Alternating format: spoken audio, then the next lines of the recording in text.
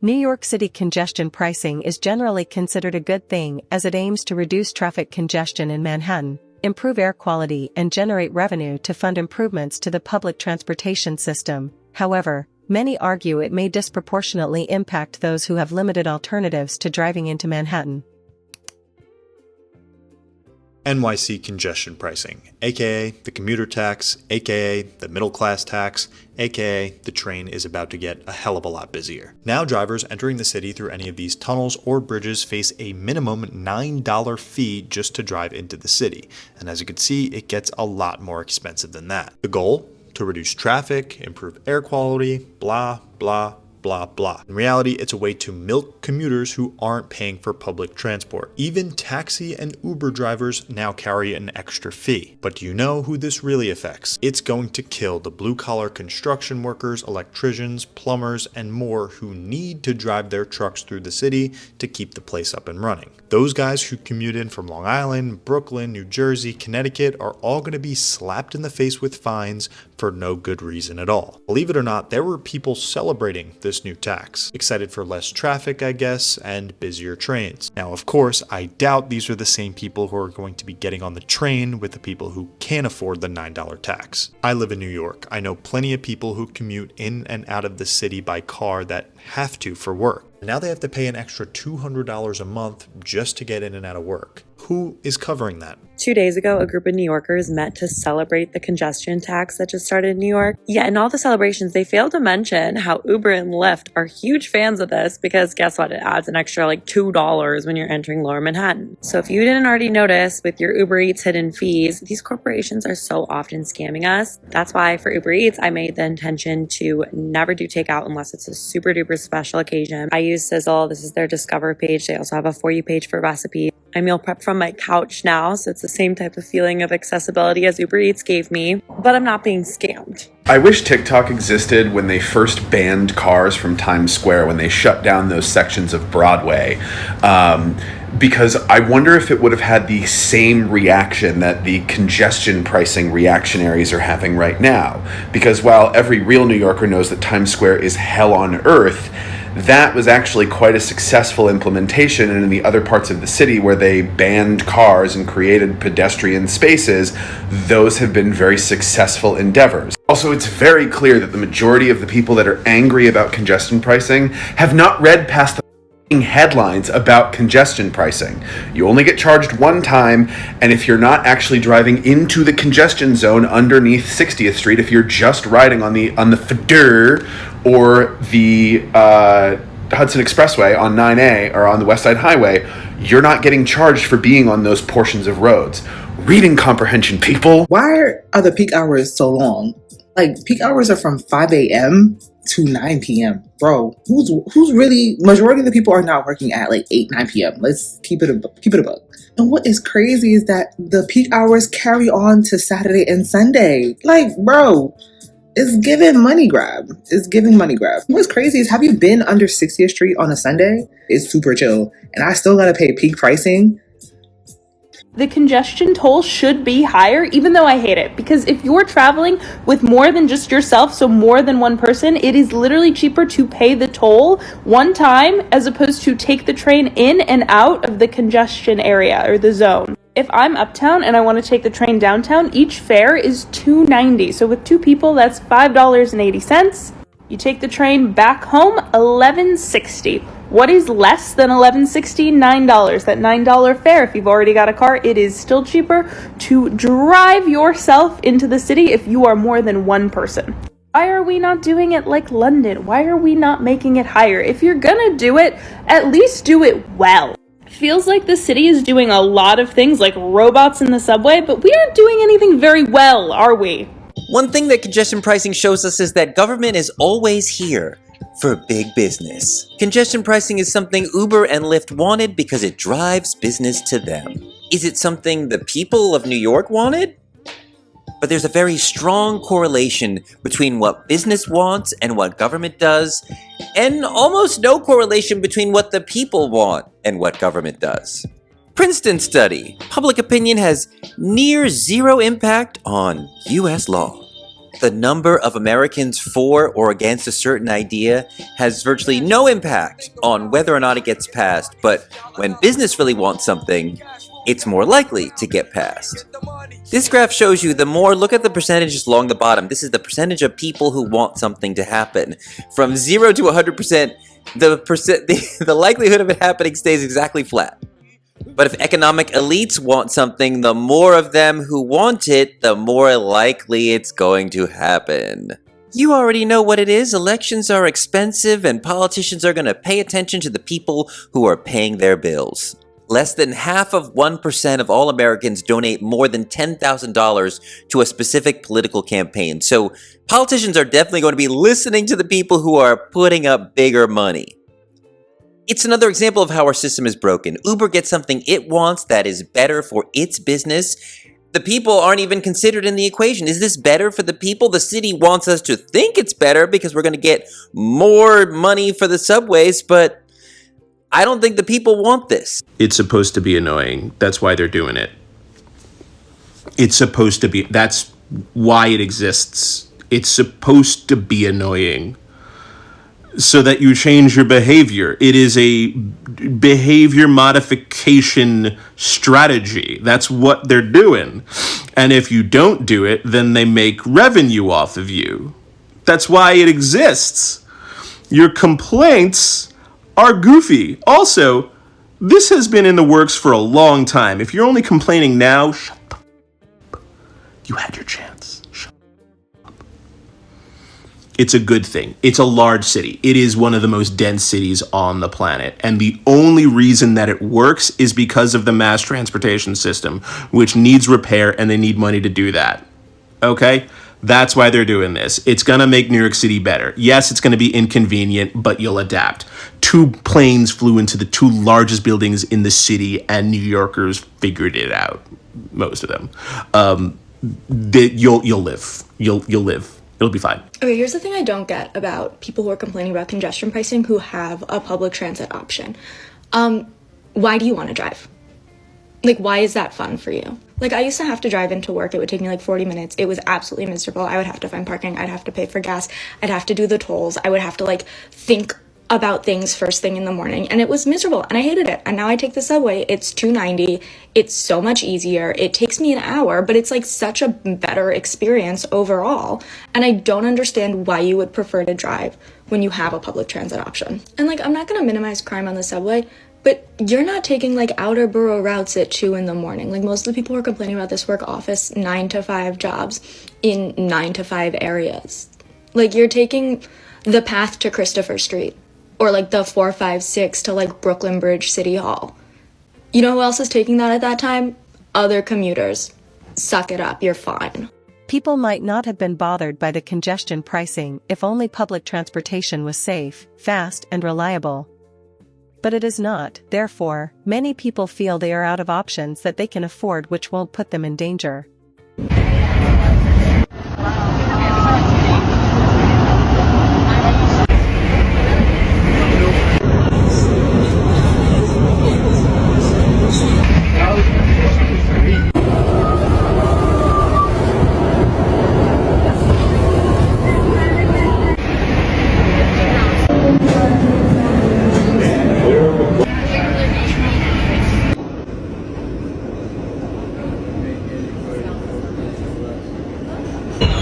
New York City is literally turning into Gotham, and I need to talk about it. After the amazing Penguin series, I had to rewatch The Batman with Robert Pattinson. And the way Gotham, obviously it's not fully New York City, but like basically was presented is literally what is going on in New York City right now. I've been in New York for a month visiting my parents, and I didn't even go into Manhattan once until today because of people getting put on fire on the subway, stabbing on the subway, now congestion pricing. Any videos I see here on TikTok of anyone in New York City looks absolutely miserable. All of my friends who work in Manhattan say they walk everywhere, they don't take the subway, they have like brass knuckles on them, pepper spray, all of the things because they are just afraid to go anywhere. And I kid you not, look what is in front of me as I am parked in the city right now. Renewal is the company that Bruce Wayne owned, and the reason why Riddler wanted to kill Bruce Wayne because Renewal was kind of like a shady nonprofit that villains were using. The politicians aren't doing anything, they're making it worse. The cops really aren't doing anything at this point. We saw the photos of Luigi Mangione being brought into the courthouse, and that was direct comparisons to the Batman movie. Manhattan used to be my favorite city of all time. I dreamed of living here. I always thought I was going to come back after living in LA. But honestly, everybody is leaving. It is kind of scary out there, and I don't know if I see it changing anytime soon. New York City toll congestion pricing went into effect yesterday. And as a New Yorker who grew up driving in New York from the age of 15 years old, this is one of the craziest things I've ever in my life. Because what do you mean I have to pay to go across the Brooklyn Bridge, which has been free for 150 years? The Brooklyn Bridge, which is the oldest bridge in America, that has never once needed money to cross it to keep the maintenance up. Now you have to pay? What? For any of you who are not from New York, all of the eastern crossings on the East River, which is like going from Manhattan to Queens, Manhattan to Brooklyn, have always been free. The only thing that was never free was the Midtown Tunnel. All of these bridges were free, literally for the last 100 years. Now all of a sudden people have to pay? Honestly, I barely go to Manhattan when I'm in the city, when I go back home. I barely leave Brooklyn, but when I do, I always take an Uber. Now I'm gonna have to pay a toll in an Uber to go to Manhattan? Miss me. I hope y'all figure that shit out. I'm not going to Manhattan when I go to New York now. This shit is nuts. This is crazy, because what do you mean the Brooklyn Bridge is free? What do you mean? But I feel like you guys are failing to understand that there are so many parts of Queens and Brooklyn that are inaccessible by subway. Like, I can't walk to a train station from where I'm at. Usually people choose to live in the outer boroughs and the outskirts of those boroughs because rent is generally cheaper there when there's no subway. So if you're just telling people like get on the subway, some people don't have that choice. And what you're not realizing is, let's say, okay, you drive to the subway station. It'll still take you longer. Like, for example, from where I am right now, it would take me 2 hours to get into Manhattan rather than me just driving with congestion pricing or without congestion pricing, with traffic or without traffic. It would take me anywhere from 30 to 45 minutes to maybe an hour and 20 minutes max. The majority of the vehicles that are inside of Manhattan causing the congestion pricing situation is Uber, because we decided to hire way too many Ubers in New York. We decided to let anybody become an Uber in New York 5 or 6 years ago. And billionaires who honestly will not care about the $10 a day. It will not make a difference to their pockets, but it will make a difference to those New Yorkers who live in these outskirts of the city and have to commute in.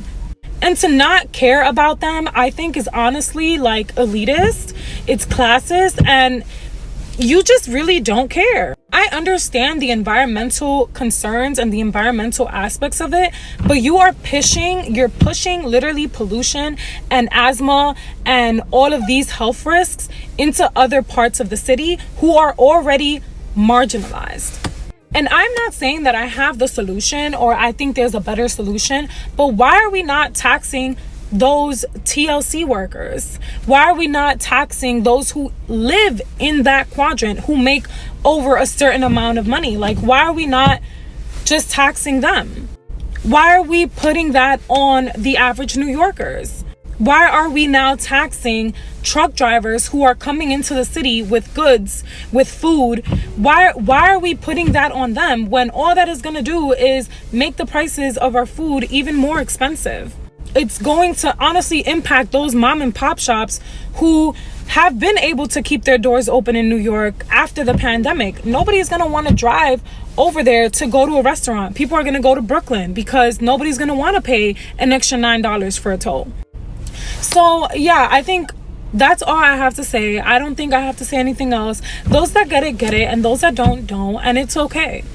I just saw somebody come on here and say that congestion pricing is going to gentrify the road. Like, charging cars to go into Manhattan below 60th Street, which first of all, what the hell are you doing there in a vehicle, is not going to cause a third wave bougie coffee shop to pop up in the middle of an intersection. And if a third wave coffee shop does pop up in the middle of an intersection, it's Manhattan below 60th Street. That's going to happen anyway. And listen, I'm not going to tag them. I think it is everyone's God-given right to go on the internet at least once and say something that's just egregiously incorrect. I do it all the time. Also, the money is going to the frickin' subway. And no one is complaining that we are going to give the subway too much money and gentrify the subway. I have not heard a single person say, damn, there's too many Lululemons in the Broadway Lafayette Street subway station. People say there's too much mice, mold, rodents, and trash, and broken elevators in the Broadway Lafayette subway station. And listen, I get it. You don't want to pay money. You and your silly little car, you want to just drive freely. But let me ask you a question. Why do I need to pay for my city infrastructure, aka riding the train into Manhattan, but you get to go for free on the roads that cost a lot of money to maintain? The plan is not perfect, but there are also exceptions for people with physical disabilities,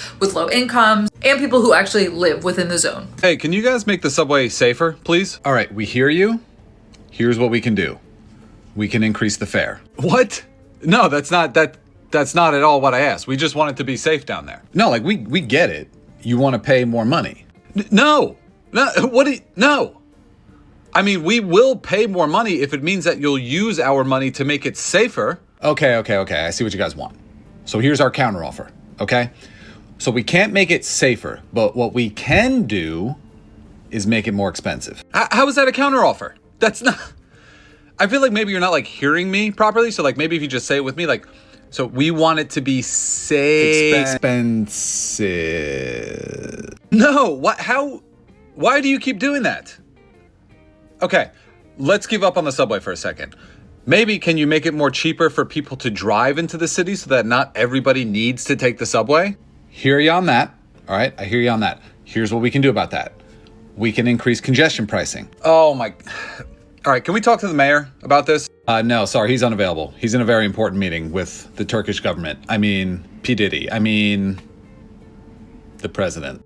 But what about the people that swear by the new congestion fee? Those that say it is actually beneficial, despite the potential disadvantages. Well, let's hear what they have to say. All right, so this whole congestion pricing thing, it's working. I'm not celebrating it. But how do I know this? Just because of the fact that where I usually park at, the train station, a lot, it's filled, number one. Number two, the traffic over here, it's in Manhattan right now, it's not even that packed. And then, the last thing that I gotta say is I'm not celebrating it either because it's gonna kill businesses for sure. But I look and I just say, like, we're going into a new era in New York City, whether or not we like to admit it or not. And this is where we are. We can blame the governor, we can blame ourselves, we can blame COVID, blah, blah, blah. But the issue is we have to accept change. And it's not good. This isn't fun. And then the last thing I'm going to say is, the people out there that are complaining about the $9 for the congestion pricing and then $2.25 just to get in overnight, whatever it is. To be honest with you, I don't like driving into the city. I never have. Done it maybe a handful of times. I would rather take the railroad any day of the week and have peace of mind on the train. Yes, with the car you could go wherever you want, to and fro. But my preference is the train.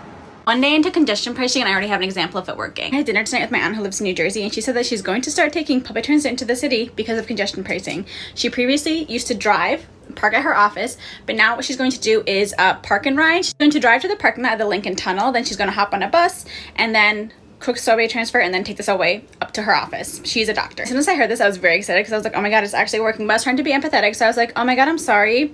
Like, because she was upset about it, and I was like, oh, is it like, do you have to like carry a lot of bags? And she was like, no, I usually just take my lunchbox. And I was like, oh, okay. Is it gonna take longer for you to like do it the new way? And she's like, no, it's gonna be the same amount of time. So basically, she was just like, it was like equal to her, but then like if it's equal, why not take your car? Your car's more comfortable. But she said with the traffic, it was the same amount of time. So now she's just going to do it this way because she was like, I just can't justify the cost. And she is a doctor. And that is the type of people who are driving into the city. Her son lives with her. He's like a college graduate and he works in the city. He does park and ride, and now she's going to do it too. And once I talked to her and established there wasn't really a downside, I was like, oh my God, I'm so happy. Like, this proves that congestion pricing is working. And she was like, no, it's not. Like, they wanted my money. Like, they wanted my $9, and like now they're not gonna get it, so it didn't work. But like, I was like, no, like there's other pros. Like, they're trying to make the streets less congested. It's like better for the environment. But she was like, nope, like they wanted the money, they didn't get it. And I was like, okay, this can be a win for you too, I guess. It's working, guys. It's already, I know it's anecdotal, but like, high earner, obviously she is, and like she decided that cost was not worth it for her. So happy to hear it and happy to share it. Congestion pricing is good for New York City. There, I said it. And I know it's going to get more engagement if I tell you that it isn't, and I say that it's actually a regressive tax that's going to kill the downtown area. But the people that are saying that aren't arguing in good faith, because the data bears out that it's not true. The most common argument that I got on my Instagram when I was talking about congestion pricing is that it's going to affect lower income New Yorkers from the outer boroughs. Basically saying that the people that live in deep Queens, deep Bronx, deep Brooklyn are going to be taxed inordinately going into the city, and it's going to affect them. But the data doesn't bear out to that fact. In this article that came out in 2022, What Does Congestion Pricing Mean for Outer Borough New Yorkers in Poverty? Basically shows that the majority of people that are in poverty in the outer New York boroughs take public transportation. Very simply put, this graph right here pretty much shows that vehicles for people in poverty in the outer boroughs, only 4% of them drive into Manhattan, and only 4% of them would be theoretically affected by a congestion price. The vast majority, 57% of them, take public transportation, what I've been telling folks. And again, the majority of working poor that are in the outer boroughs don't have a car. They rely on public transportation. And the money from congestion pricing going to improve public transportation is going to help them. The conclusion basically found out that working residents in poverty will benefit by a margin of more than 50-1 from congestion pricing that funds transit upgrades. And this is even crazier. Of the 3.8 million employed NYC residents who commute to work, only 15,500 of them will be low income that will be paying congestion pricing. And those low income people can sign up for subsidized pricing. It's kind of like if you make below a certain threshold in the city, I think it's like 50,000, Medicare is effectively free. So we get that out of the way. But the next thing that people are saying to me, it's like, why would we want to invest in the subway? The subway's falling apart. The subway's dangerous. Now, before we get to danger on the subway, let's get to the on-time percentage, because the subway on-time percentage stands at about 82%. And I saw an ABC report that said it was at 84%. This is up about 13% in 7 years. In 2017, the New York City subway system was at an all-time low. But since then, the subway has had countdown clocks, automated announcements, new train cars, a whole new train line. The subway is getting better. It's annoying, but it's getting better. And also, shout outs to the G train, my train, with an 88% on-time rating. 10 years ago, the G train was known as the worst train in New York City. 10 years later, the G and the L. The L, remember how bad the L used to be? 91%. Now look, don't get me wrong. The E, not that good. The A, not that good. The C down there, the F, terrible. But the point is, with more money, you can invest into bringing all of these trains down here and getting it to like it is up here. Because what has happened with the L, the 7, the G? More investment. More investment, CBTC train times, and the trains are better. They run more trains on the line. It's better. So it needs more money. And taking the subway is actually pretty safe. Right here, how dangerous is it actually to ride the subway? From Gotham is. It's statistically quite safe. Millions of riders travel to destinations across the city with no problem, and violence is the rare exception. In fact, it's more dangerous to drive a car than it is to take the subway. Last year, there were far more traffic fatalities than subway fatalities in New York City. More than 250 people died in traffic-related incidents in 2024, compared to 10 on the subway. 10. But in being fair and nuanced, assaults are up. In 2019, the system saw 374 felony assaults. That's 1 for every 4.5 million rides. In 2024, there were 579, but there were also about 30% fewer rides in 2019. That's about 1 assault for every 2 million rides. But even then, statistically, it's pretty safe.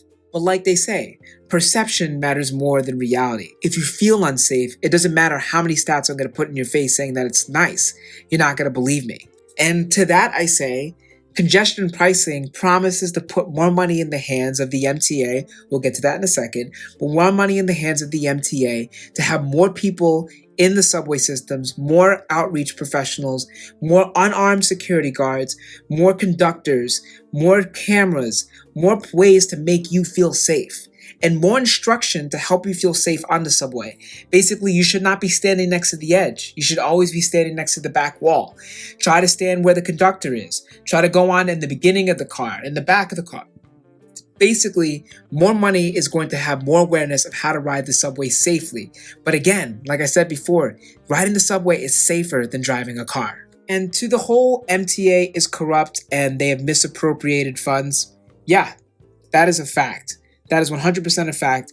And New York City, all New Yorkers should totally feel a type of way about the MTA getting all this money. But my counter to that is, it's New York City.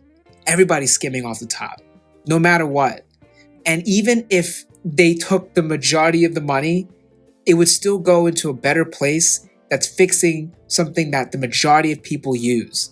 So no, the majority of the money isn't going to be taken, but I do believe that the influx of cash is going to be a net gain. It's all about a net gain. Some people are going to be affected, but I know there's some people that are going to be watching this video and that are going to come up with a really specific situation, a really specific person that's going to be affected by this. And you know what? That is totally fair. But with the way public policy works, there's always going to be some type of a trade-off. Someone's going to get screwed for the greater good of everyone else. Jamel Bowie is the one that kind of laid the groundwork for this video that I'm making for y'all right now. But he used an example on single-payer healthcare. And if you want single-payer healthcare, that means some individuals that own health clinics may have to shut down because it won't be as profitable for them to run a health clinic on their own when it's single-payer. But the benefit of you being able to go into an urgent MD with your nose broken and get it fixed without having to be bankrupt, that's a net gain. So anyways, congestion pricing is good for New York City. I just laid it out. And I truly believe that in about 5 years, people will not only come to accept it, it'll be a good thing that it passed. Oh, and P.S., they hated City Bike too. So let's talk about congestion pricing. Who it helps, who it hurts, and let's use these crappy drawings. Let's talk about the relationship of cities in a region to the smaller places throughout the region, or the downtown to the suburbs. If you just want to look at the financials of it, and here's an example of my city of Chattanooga, you'll see that the downtown disproportionately brings in revenue, and you'll see the other parts of town that are red and yellow, those are the parts of town that cannot afford the infrastructure that they require. Meaning that the downtown subsidizes the suburban parts of the city. But if we were to go push further than that, we could argue that suburbs need the city in order to exist, but the city does not need the suburbs. The city is the main driver of culture and the arts, the economy and innovation, and it disproportionately provides services to people within the region. I'm talking pathways and parks, museums and events, all free to access for people within the public realm. And something unique about the American city is that we've artificially restricted the growth of urban cores. So our downtowns grow vertical as the price of the real estate goes up and we try to maximize its output. At the same time, in order for people to live within proximity to the city, our cities grow wide in footprint with the suburbs stretching further out. We have this horizontal and vertical growth next to each other. But while this is artificially limited in how it can grow, this is unlimited in how it could grow. And the footprint of American cities grows larger and larger. In fact, Nashville is the same population as Barcelona, but it's 13 times the size of Barcelona. What this means is we start to become upside down on our infrastructure. With 13 times the amount of roads, power lines, sewer lines, you can see how Nashville can quickly become upside down and why our infrastructure is failing. Now, when we're talking about this, a lot of people can't afford to live here as a result of it being artificially scarce,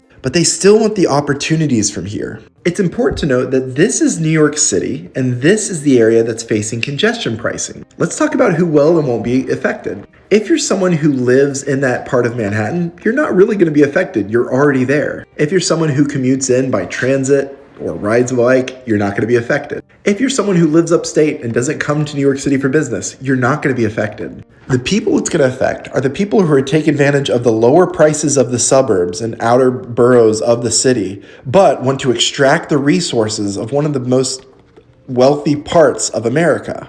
New York City has a GDP comparable to the entire country of Canada and Russia and South Korea. Those countries have a similar GDP to New York City, and Manhattan, that little spot where the congestion pricing is, that's 73% of New York City's GDP. So what New York City is essentially saying is, look, you can come in and seek opportunities from the city. In fact, cities have always been regional economic drivers. But if you're going to extract resources and opportunities and pay your taxes somewhere else, we at least want you to pay a premium to help us with our infrastructure. Now, I was in New York a couple months ago, and I realized something's got to give. As a person walking in Manhattan during rush hour, it was gridlock. Drivers were frustrated, people walking were frustrated. You can't make the roads wider, and even if you could, it would make things worse. So what are you going to do? Congestion pricing might not make sense for your small town in rural West Virginia, but we're talking about the most valuable property in America, which right now dedicates up to 30% of its area to cars. Now, other cities that have introduced congestion pricing have seen massive benefits. Bus ridership in London went up 37% in areas where they implemented this, which led to faster, more reliable service for all bus riders. It also reduced traffic by 30%.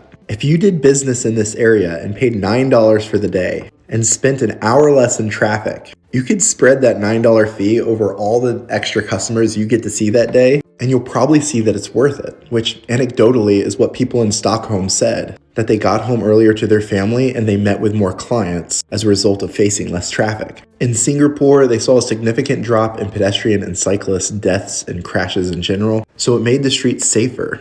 And one of the biggest things that bothers me about this are people who consider themselves politically conservative, who don't live anywhere near New York City, who are vouching for a president or authoritarian figure from the federal government to usurp states and local rights to overthrow this law. We expect a lot from our urban cores and centers, and there's none in America that's delivering more than Manhattan. Yet their public transit, despite being the best in America, is lacking compared to other world-renowned cities. What they're doing has been shown to help people who have to drive. It'll also help people who can't drive and potentially up the economic efficiency of the most valuable land in America.